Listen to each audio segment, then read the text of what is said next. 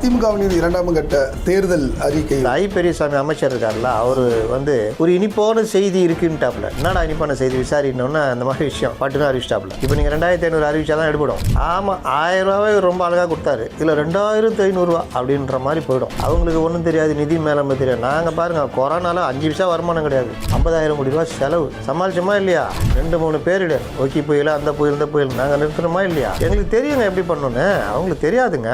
அவங்க 10th fail, நாங்கள் 8th pass அப்படின்னாப்புல. நீங்கள் என்னைக்கு எந்த மக்களை பற்றி கவலைப்பட்டீங்க? கல்வி கடன் ரத்துன்னு நீங்கள் தேர்தல் அறிக்கையில் அறிவிச்சிங்க. 5 வருஷம் 1 ரூபா ரத்து பண்ணணும். சிறுபான்மை பெண்கள், முஸ்லீம், கிறிஸ்துவர், பௌத்தர், சிறுபான்மையின மக்கள், பெண்கள் தொழில் தொடங்குவதற்கு வட்டியில்லா கடன், அனைவருக்கும் உரிமை தொகை. அப்புறம் தகுதி உள்ள பெண்கள், அது என்ன அனைவரும், என்ன தகுதி உள்ள, என்ன தகுதி? கட்சிக்காரன் வீட்டு பொண்டாட்டியா இருக்கணுமா? இதெல்லாம் தாண்டி சிலிண்டர் 3 சிலிண்டர் ஃப்ரீ. ஏன்னா இப்போ எது கேட்டாலும் கொடுப்பாரு தலைவர். அவங்க டிஃபெண்டர் வண்டியை கொடுங்கன்னா எடுத்துட்டு போட்டுருவோம். தேர்தலில் ஜெயிச்சே ஆகணும். கேமரா எடுத்தா கேமராவை பிடிங்க, அந்த கேமராலே அடி. அதான் இதெல்லாம் ட்ரெய்லரு. மெயின் பிக்சர் ஒன்றும் இருக்குது. ஜெயலலிதா மறைவுக்கு பிறகு அதிமுக அல்லுசில்லா உடையும். ஏன்னா சபாநாயகர் சீட்டு மேலே உட்காந்துக்கிட்டு சபாநாயகர் அந்த பாடுபடுத்தின இது எந்த இதுலையுமே நடந்ததில்லை. 2 தடவையும் திமுக ஆட்சியில் தான் நடந்திருக்குது. 1 மதிய அழகர், 2 மளிகை இருக்கிற மாதிரி உட்கார்றாரு. பார்த்தியா, கோட்டு போட்டால் நல்லா இல்லை, கோட்டு போட்டால் நல்லாகுது. அவர் காமராஜர் கூட சாதாரணமாக எளிமையாக இருந்தார். ஆட்சி நல்லா பண்ணல இல்லை.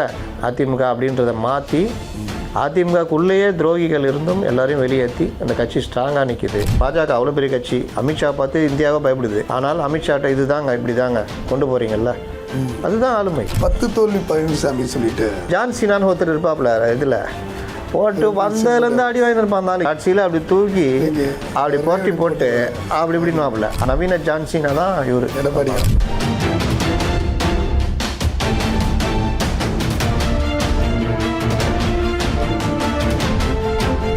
நம் தமிழ் நேயர்களுக்கு வணக்கம். இன்றைக்கு அரங்கத்துக்கு வந்திருப்பவர் மூத்த பத்திரிகையாளர் முத்தலிப்பு வந்திருக்காங்க. அதிமுகவின் இரண்டாம் கட்ட தேர்தல் அறிக்கை வந்து வெளியிட்டிருக்காங்க. 5 அறிக்கைகள். அது சம்மந்தமாக அவர்கிட்ட கேட்போம். வணக்கம். வணக்கம். அந்த தேர்தல் 5 வாக்குறுதிகள் திமுகவுடைய வட்டாரத்தில் மிகப்பெரிய ஒரு அதிர்ச்சியை ஏற்பட்டிருக்கு. அது சம்மந்தமாக உங்களுடைய பார்வை நீங்கள் எப்படி பார்க்குறீங்க? ஏற்கனவே ஒன்று வெளியிட்டார், ஒரு ட்ரெய்லரு. அதான் இதெல்லாம் ட்ரெய்லரு, மெயின் பிக்சர் ஒன்றும் இருக்குது.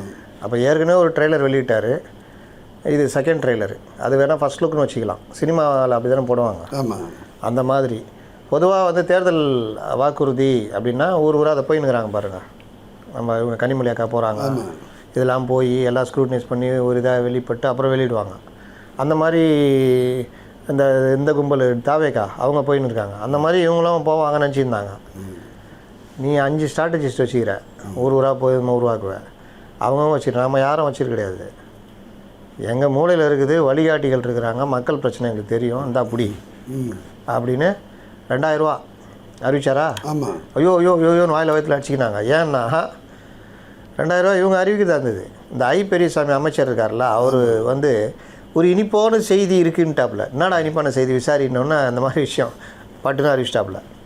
இப்போ நீங்கள் 2500 அறிவிச்சா தான் எடுப்படும். ஆமாம். 1000 ரூபாவே ரொம்ப அழகாக கொடுத்தாரு, இல்லை 2500 அப்படின்ற மாதிரி போயிடும். அதனால் இவரை கேட்டாங்க, என்னங்க 2000 ரூபா எப்படிங்க? ஏங்க அவங்களுக்கு ஒன்றும் தெரியாது, நிதி மேலாண்மை தெரியாது. நாங்கள் பாருங்கள், கொரோனால 5 பைசா வருமானம் கிடையாது, 50,000 கோடி ரூபா செலவு. சமாளிச்சோமா இல்லையா? 2-3 பேரிடர், ஒக்கி புயல், அந்த புயல், இந்த புயல், நாங்கள் நிறுத்தணுமா இல்லையா? மத்திய அரசு உதவி கூட இல்லை. எங்களுக்கு தெரியுங்க எப்படி பண்ணணுன்னு, அவங்களுக்கு தெரியாதுங்க. அவங்க 10th ஃபெயிலு, நாங்கள் 8th பாஸு அப்படின்னாப்புல. முடிஞ்சிச்சா? சரியாப்பா, என்னடா இது இப்படின்னு ஊட்டிட்டுமா. இன்றைக்கி ஒரு குண்டத்துக்கு போட்டாப்புல டமால்னு. 2வது யாருமே எதிர்பார்க்காது. யாருமே எதிர்பார்க்காது. ஆனால் என்னென்னா திமுக மாணவர்களை எப்படியாவது கையில் எடுக்கலாம் அப்படின்னு சொல்லிட்டு ஒரு யார் நம்புவா? ஆமாம், திட்டங்கள் கையில் எடுக்கலாம். எப்படி எடுக்கலாம்னா, சார் அப்படி நடந்து வரீங்க, குழந்தைங்கள்லாம் அப்படியே வருது, இந்த சைடு பொம்பளை குழந்தைங்க, ஆம்பளை குழந்தைங்களாம் வருது, அப்படியே அரவணைச்சு அப்படியே வெல்வோம் வாழ்வோம் அப்படின்னு ஒன்று. நல்லா இருக்குதுல்ல சார்? நல்லா தான் இருக்குது, போடு. இன்னைக்கு கூட வந்துச்சே, இப்படி வருவார், பொம்பளை பசங்க, வயசானவங்க எல்லாம் வருவாங்க. அப்படி நல்லா இருக்குதா? நல்லா தான் இருக்குது. வெல்வோம், ஒன்றிணைவோம், வெல்வோம். இவ்வளோ நாளாக ஒன்றிணைஞ்சிங்களா? இவங்களாம் யார்? நீங்கள் அழகாக கவர்மெண்ட்டு கொடுத்த காரில் கூட போகல, நீங்கள் ஒரு கார் வச்சுக்கிறீங்க. கவர்மெண்ட்டு கொடுக்குற காரே 40 லட்ச ரூபாய்க்கு மேலே, ஹை-எண்டு மாடலு. இந்த கிறிஸ்டாவில் இன்னொரு மாடல் வந்துருக்குது. அதெல்லாம் நீங்கள் உக்காந்து போனாலே அப்படி இருக்கும். வண்டி பெருசாக நல்லா இதுவாக இருக்கும். நம்மலாம் போனதே கிடையாது. நம்ம அதிகபட்சமாக புக் பண்ணால் இந்த இண்டிகா பழைய இண்டிகா வருது, இந்த ரேப்பிடோ இதிலலாம் புக் பண்ணால் அதிகபட்சமாக ஸ்விஃப்ட் காரில் போவோம். கவர்மெண்ட்டு காரு அந்த மாதிரி. நீங்கள் டிஃபெண்டர் டயரு வெடிச்சிருக்குது ரன்னிங்கில், கிட்டத்தட்ட 80-90 கிலோமீட்டர் வேகம், வெடிச்சா வண்டி அப்படியே நின்றுருக்குது. அதான் மருதமலை முருகன் கோயிலுக்கு முன்னாடி வெடிச்சது. ஏன்னா முருகன் இது திருப்பரங்குன்ற கரெக்டாக அந்த ஏங்க அப்போ ஒன்று சொன்னாங்க, இது வெடித்தோன்னே அந்நியார் பயந்துட்டுக்கிறாங்க. இவருக்கு நம்பிக்கை இருக்குதா இல்லையா? அந்நியாருக்கு இருக்கும்ல கண்டிப்பாக. என்னப்பா இவ்வளோ பண்ணிவிட்டு லாஸ்ட்டில் கோயிலுக்கு முன்னாடியே டயர் வெடிச்சிக்குது, முருகன் லைட்டாக அப்படி காமிச்சிக்கிறாப்புல. அவர் சொல்லியிருப்பார், வள்ளி தெய்வானே இங்கே பாரு தொட்டு விட்றேன் பாரு அப்படின்னு தொட்டு விட்டுருப்பாப்புல. இதுக்கே நல்லா தொட்டா அப்போ உடனே போய் கேட்டப்போ வேணாம், திருப்பரங்குன்றம் அந்த கோயில் விவகாரத்தை இவங்க உச்சநீதிமன்றம் போகமாட்டாங்க அப்படின்னாங்க. இதுக்கப்புறம் அரசு போகாது அப்படின்னு. ஏன்னா முருகன் டச் பண்ணிட்டாருன்னு. நமக்கு அதிலெல்லாம் நம்பிக்கை இல்லை, நம்பிக்கை உள்ளவர்கள் அதை நம்புகிறார்கள்னு சொல்ல வரேன். அப்போ அந்த வண்டி அன்னைக்கு நின்றுச்சு. ஒருவேளை அதுக்கு தான் அந்த வண்டியை வாங்கி வச்சுருக்காரான்னு தெரில முதல்வர். அப்போ அந்த மாதிரி நீங்கள்லாம் இருக்கிறீங்க. நீங்கள் என்னைக்கு எந்த மக்களை பற்றி கவலைப்பட்டீங்க? கல்வி கடன் ரத்துன்னு நீங்கள் தேர்தல் அறிக்கையில் அறிவிச்சிங்க. 5 வருஷங்க, 5 வருஷம் 1 ரூபா ரத்து பண்ணல. கல்வி கடன் ரத்து எப்படி பண்ண முடியும்னா 30 வயசு வரைக்கும் தான். 31 வயசு ஆனாங்கன்னா ரத்து பண்ண முடியாது. அப்போ அவன் படிச்சுட்டு கஷ்டப்பட்டு படித்து வேலைக்கு போகிறான்னா வாங்குகிற சம்பளத்தை அங்கேயே கொடுக்குற மாதிரி இருக்கும். மிரட்டுவானுங்க. என்னையா அது சம்பளம் அக்கௌண்ட்டில் கிரெடிட் ஆகும் தூக்கிடுவான். சம்பளம் உங்களுக்கு அக்கௌண்ட்டில் உழுதுல உடனே எடுத்துருவான். ஒன்றுனா டிங் டிங் 2 பெல் அடிக்கும், அவ்வளோதான் அங்கே போயிடும். அந்த மாதிரிலாம் தான் பசங்க கஷ்டப்பட்டுன்னு அதை ரத்து பண்ணால் ரொம்ப சந்தோஷம். அது வந்து முழுமையாக அரசே இருக்கும் அப்படின்னு சொல்லிட்டு இவர் கல்வி கடனை ரத்து செய்வோன்னு இப்போ மாணவர்கள் கல்வி கடன் ரத்து செய்வோன்னு அறிவிச்சிருக்காரு. இவர் அறிவிச்சா நம்புவாங்க. நீங்கள் இப்போ மறுபடியும் வந்துட்டு நாங்களும் ரத்து செய்வோம், ஆமாம் 5 வருஷம் பார்த்துமே நீங்கள் அப்படின்னு ரஜினிகாந்த் வசனம் தான் பேசுவாங்க. இன்னொரு பக்கம் முக்கியமானது சிறுபான்மை பெண்கள், முஸ்லீம், கிறிஸ்துவர், பௌத்தர், சிறுபான்மையின மக்கள் பெண்கள் தொழில் தொடங்குவதற்கு வட்டியில்லா கடன். நீங்கள் சிறுபான்மை ஓட்டு எங்களுக்கு தான் அவங்களுக்கு தான்றீங்க. உண்மையிலேயே சிறுபான்மை மக்களை பார்த்து நான் சொல்கிறேன், அதிமுக ஒன்றும் பாஜகவோட இருக்கிறதுனால அதை நீங்கள் எப்படி அந்த கணக்கில் கொண்டு போய் சேர்ப்பீங்க? பாஜக இருக்குது அப்படின்னு அதிமுக போய் சேர்ப்பீங்க. அதிமுக இருந்த வரையிலும் அது இல்லாத வரையிலும் இருந்தவரையிலும் 4 ஆண்டுகளே உங்களுக்கு எதிராக அவங்க என்ன பண்ணாங்க? பள்ளிவாசலில் கொரோனா காலத்தில் கூட நோன்புக்கு கஞ்சிக்கு அரிசி கொடுத்தாங்க. அதை எப்படி கொடுக்கணுமோ அந்த மாதிரிலாம் கொடுத்து பண்ணாங்க. அஜ்ஜி கமிட்டி இது அதெல்லாம் யார் கொண்டு வந்தது? அஜ்ஜி மானியம் யார் கொண்டு வந்தது? அதிமுக ஆட்சி. ஜெருசலம் போகிறதுக்கு மானியம் கொடுத்தது யார்? அதிமுக, ஜெயலலிதா. அதிமுக. அப்படிப்பட்ட கட்சி திருமாவளவனே சொல்கிறாரு, நீங்கள் அந்த கட்சி அவங்களோட இருக்காங்கன்னா அப்படிலாம் பார்க்க முடியாது. அவங்களே இப்போ அப்படி இல்லை தமிழ்நாட்டில். மற்ற ஊரில் விட்ருங்க, எனக்கு தெரியாது, 1-2 அங்கங்கே இருக்கும். தமிழ்நாட்டை பொறுத்த வரைக்கும் பாஜக தலைவர்கள் மதவெறி அரசியலை பண்ணல. அண்ணாமலை கூட திருப்பரங்குன்ற மாட்டில் என்ன சொன்னார்? ஏங்க எப்படிங்க நீங்கள் 2 இது மோதல் வரும்னு சொல்கிறீங்க? நாங்கள் எங்கெங்க அவங்கள இது பண்ணோம்?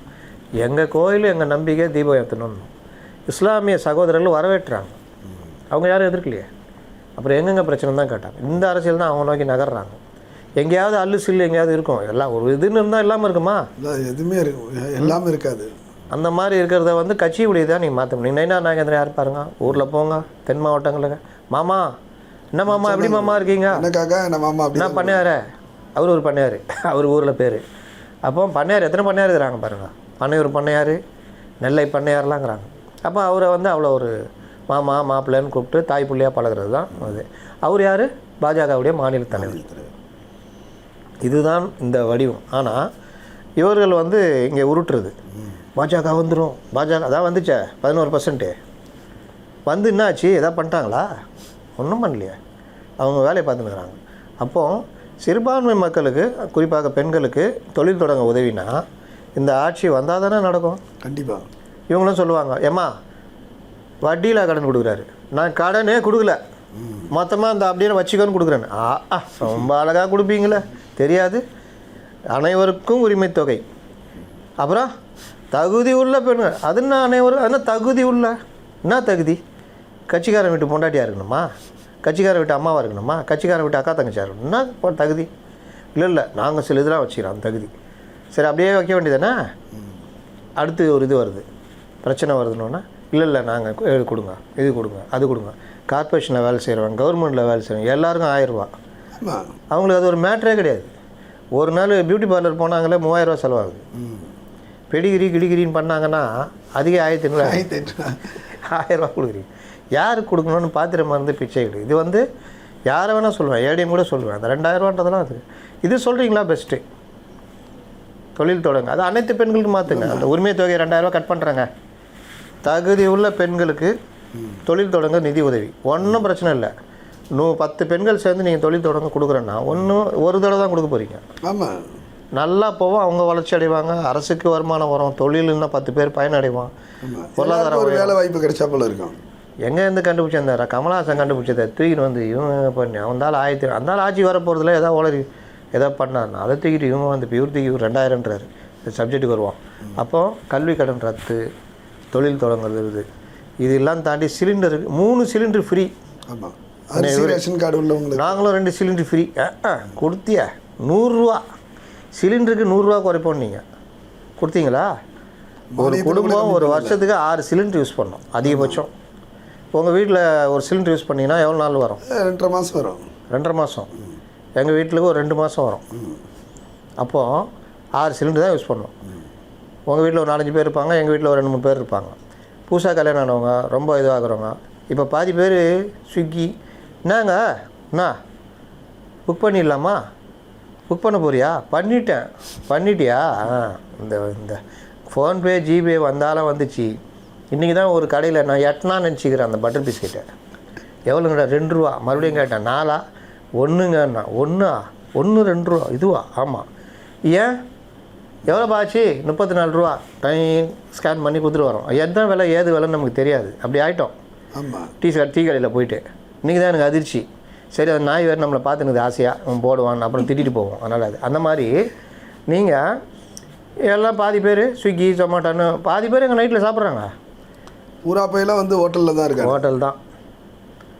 அப்போது இந்த சிலிண்டருன்றது ஒரு வீட்டுக்கு 3 மாதம் கூட வரும். கண்டிப்பாக வரும். அப்போது ஒரு வீட்டில் 4 சிலிண்டர் வாங்கினோன்னா 3 சிலிண்டர் ஃப்ரீ. நான் யோசிச்சு பாருங்கள்.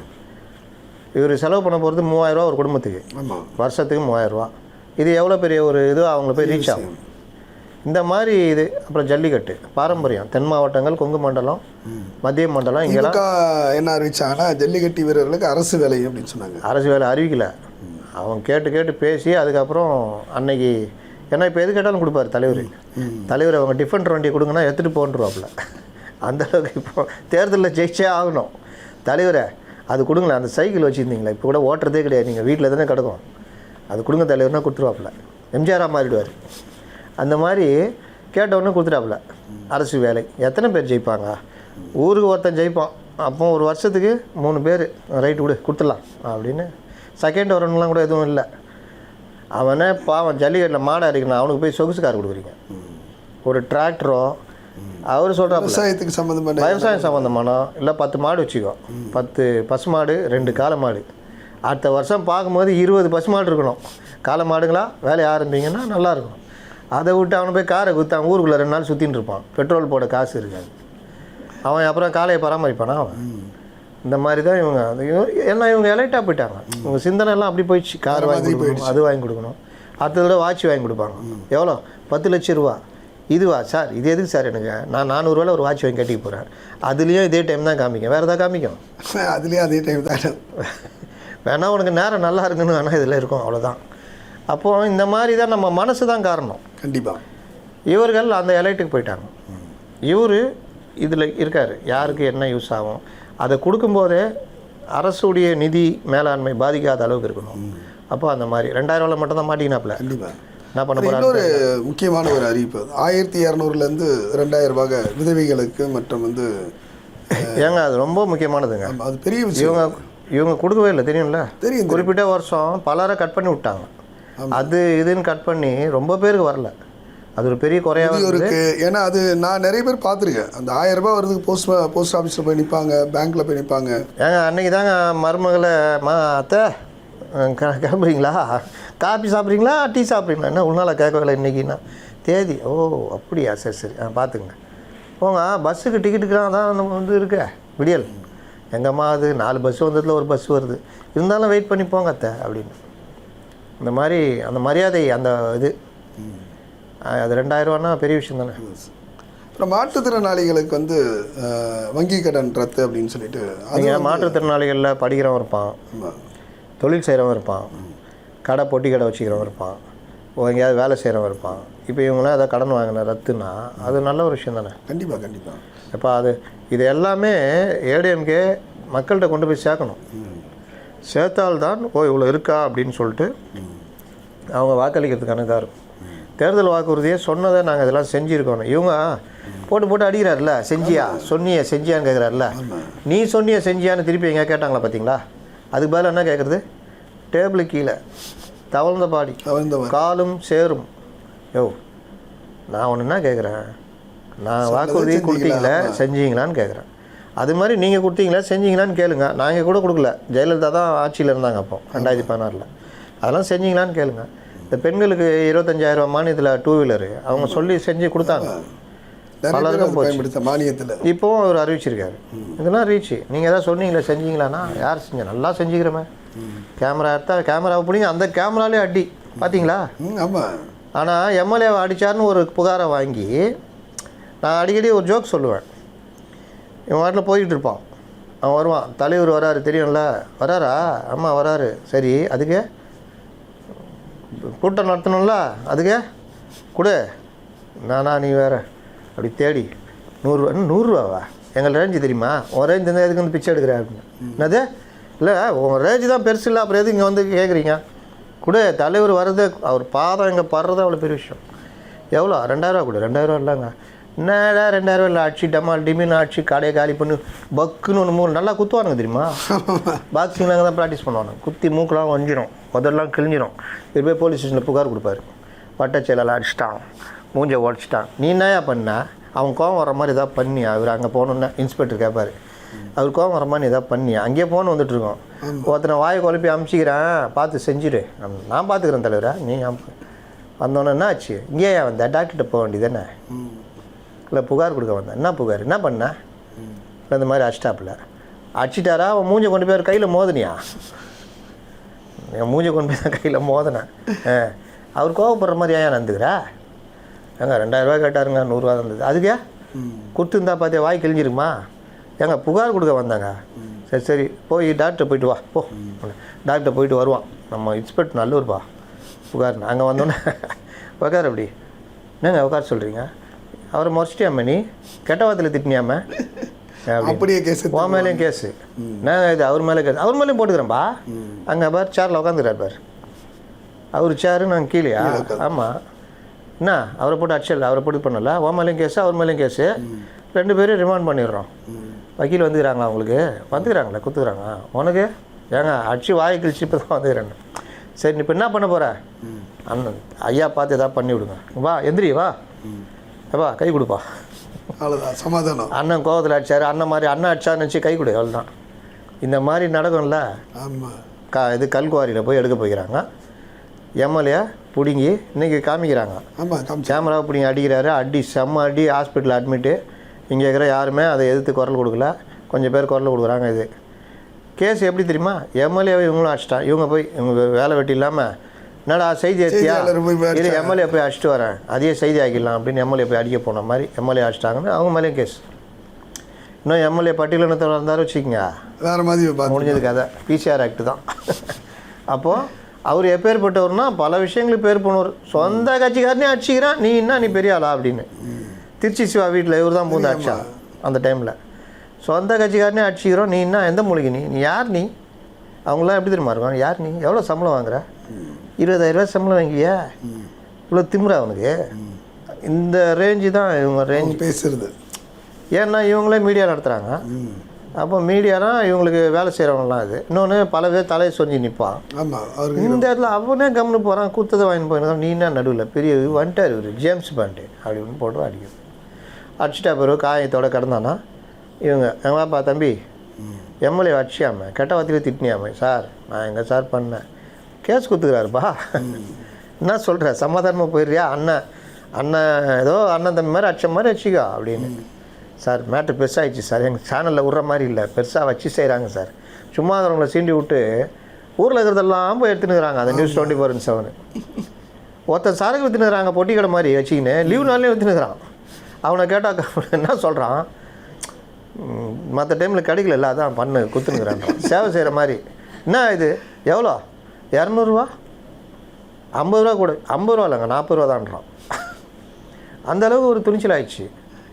வரவங்க வாங்கி இவன் மீடியா எடுத்துனுக்குறாங்க ஒருத்தர் இந்த ஒன்று கொடு அவர் தனியாக வாங்கி போயின்னுறார். நீ கெடுக்கட்டு போ 200 கொடுத்து நான் போயினாக்கிறேன். இப்படி தான் இன்றைக்கி நிலமை போய்கிட்டு இருக்குது. இதையெல்லாம் மக்கள் பார்த்துட்டு தானே இருக்காங்க. 10 தோல்வி பழனிசாமி சொல்லிட்டு அதையே அடிக்கடியே பயன்படுத்துகிறாங்க.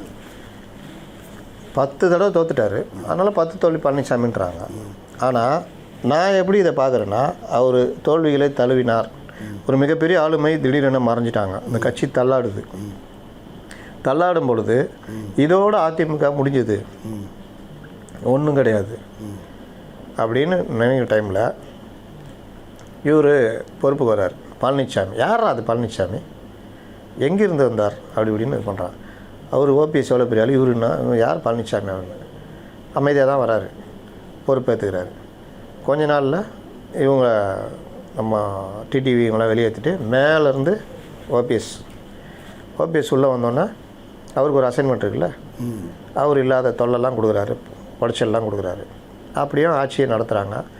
இவங்க இங்கே அடிமை இடிமை அது இது என்னென்னவோ பண்ணுறாங்க. ஏன் இவங்களுக்கு கோவம்னா, ஜெயலலிதா மறைவுக்கு பிறகு அதிமுக அல்லுசில்லா உடையும்.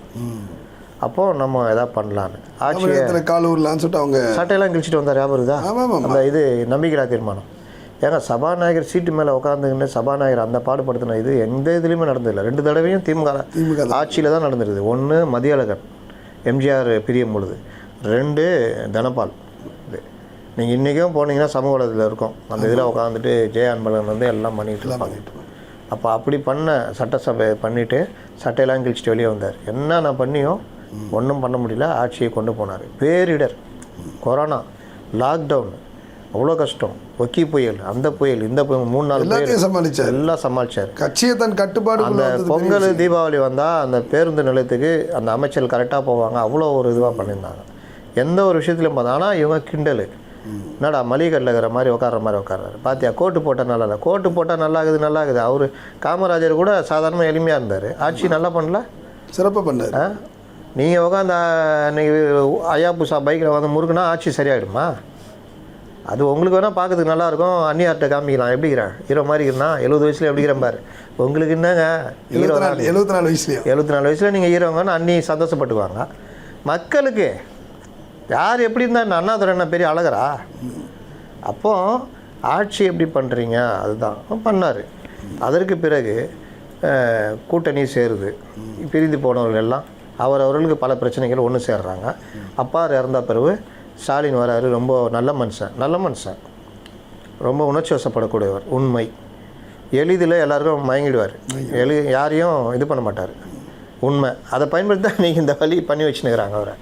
அப்போ அப்படிப்பட்ட மனுஷனை நல்ல மனுஷன்பா. அவங்க அப்பா கூட கொஞ்சம் கருப்புருன்னு இருப்பார். இவர் அப்படிலாம் கிடையாது, ரொம்ப வெள்ளந்தியான மனுஷன் அதுன்னு சொன்னாங்க. உண்மை, வந்தார், எல்லோரும் அவரை பயன்படுத்த ஆரம்பிச்சிட்டாங்க. ஆனால் மக்களுக்கான பயன் எதாவது இருக்கான்னு பார்த்தா பயன்படுத்துகிறவங்கெல்லாம் அவனுக்கு பண்ணிக்கிட்டு இவரை கொண்டு போய் அடுத்த 5 வருஷம் தொடர்றதுக்கான ஏற்பாடு இல்லாத அளவுக்கு பண்ணி வச்சுருக்காங்க.